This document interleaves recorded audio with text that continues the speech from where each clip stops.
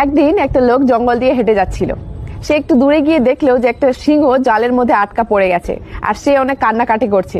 সেই লোকটি যখনই সে সিংহের কাছে গেল, সিংহ তাকে দেখলো এবং তার দিকে হাত জোর করে তাকে অনুরোধ করতে লাগলো যে ভাই, আমার জালটা তুমি একটু খুলে দাও, আমাকে তুমি মুক্তি করে দাও।